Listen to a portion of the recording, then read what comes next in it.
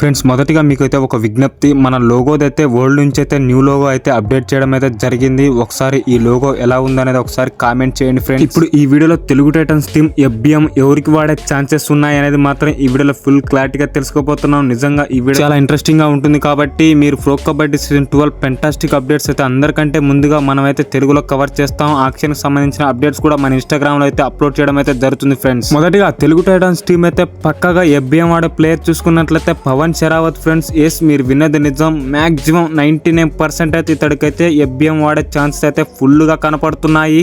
ఒకవేళ ఇతడు గనక ఐప్రైజ్ కి వెళ్తే మాత్రం అప్పుడు టెరిటైటన్ డిసిజన్ ఏం తీసుకుంటుందో చూడాలి. నాకు తెలిసినంత వరకు అయితే మాక్సిమం పక్కగా పవన్ అయితే టెరిటైటన్స్ టీమ్ లో ఉండే అవకాశం అయితే కనపడుతున్నాయి. అలాగే రెండో ప్లేయర్ చూసుకున్నట్లయితే విజయ్ మాలిక్ ఫ్రెండ్స్. ఎస్, మీరు విన్నది నిజం. ఇతడికైతే పక్కగా వాడబోతున్నట్టయితే సమాచారం.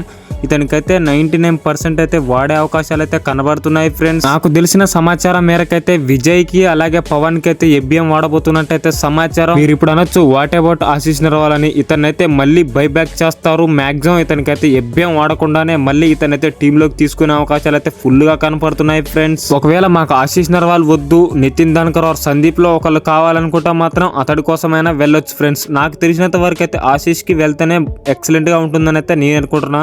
మరి మీ డిసిజన్ ఏందనేది మాత్రం ఒకసారి కామెంట్ చేయండి.